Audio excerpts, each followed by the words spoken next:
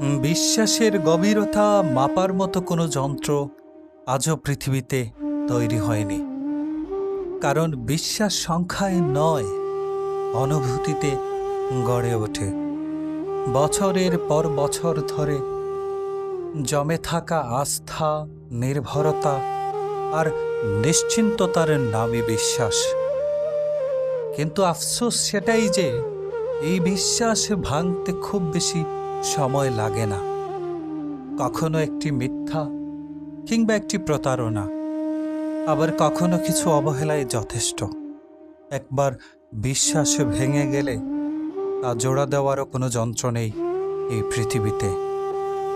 ভাঙা কাছ যেমন আগের রূপে ফিরে আসে না, তেমনি ভাঙা বিশ্বাসও আর কখনো পুরোপুরি আগের জায়গায় ফিরে যেতে পারে না।